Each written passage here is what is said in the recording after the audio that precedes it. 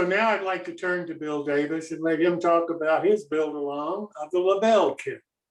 And I really do need to say how much I appreciate LaBelle for offering the 25% discount that they offered to all the modelers during this build along.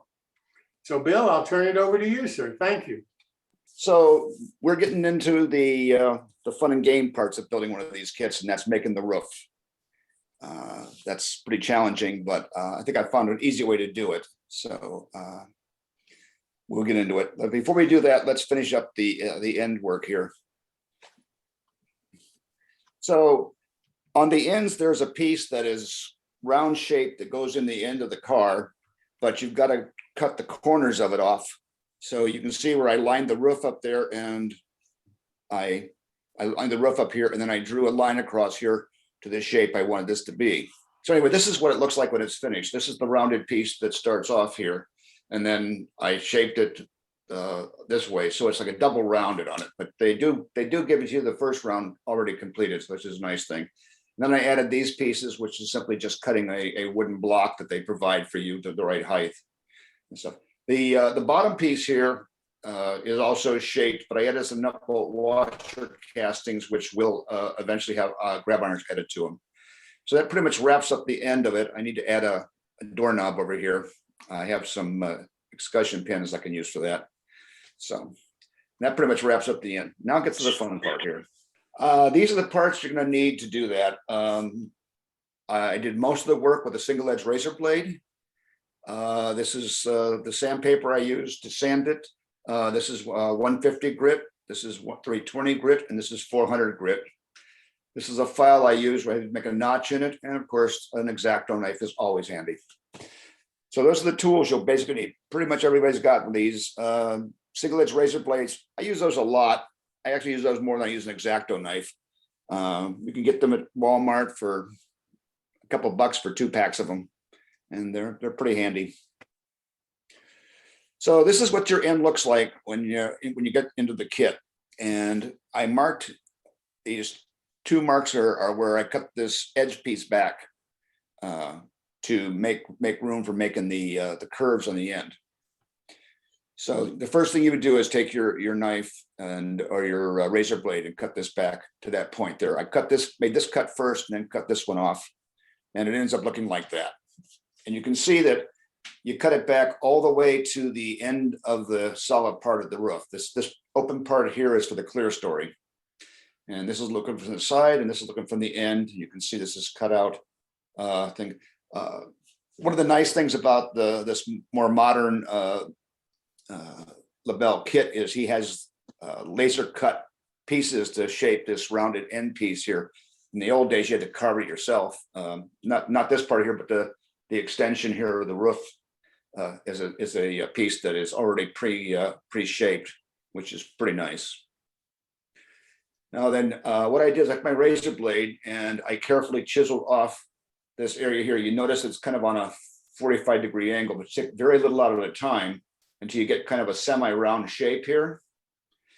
And then afterwards, you take your sandpaper, starting with the 150, and you start smoothing it down till it looks like that on each side.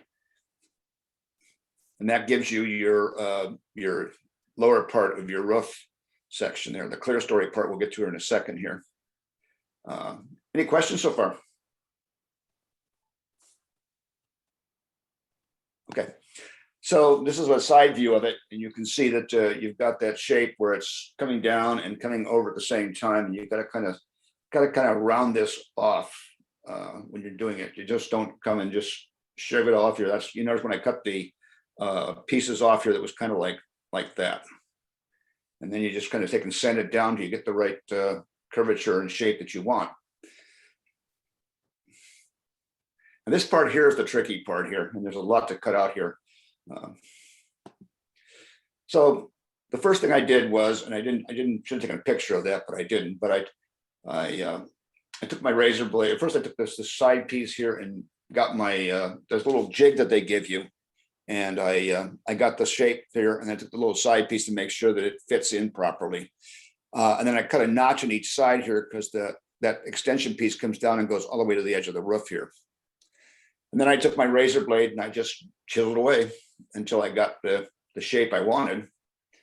And you just keep taking little chunks out. I got a little carried away right here, but fortunately I hadn't gotten too deep on the rough cut off here. So that's going to work out okay.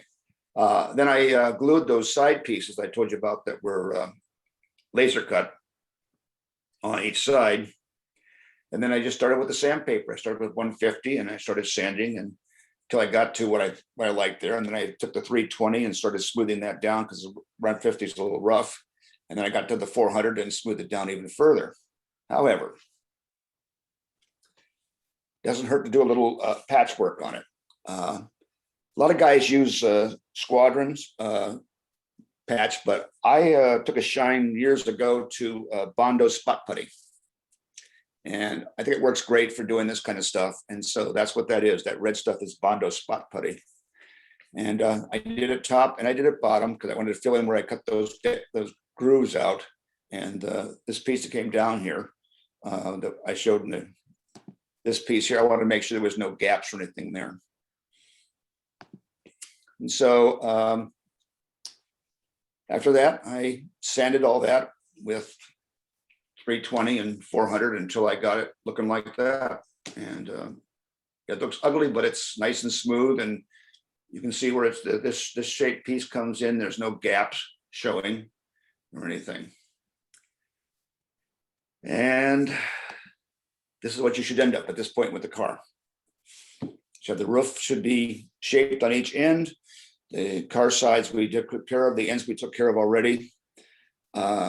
Next time out here, we'll finish the roof. There's details to be added to the roof. There's tar paper to be added to the roof. So there's a lot of things left to do in this roof, which we'll finish up next week.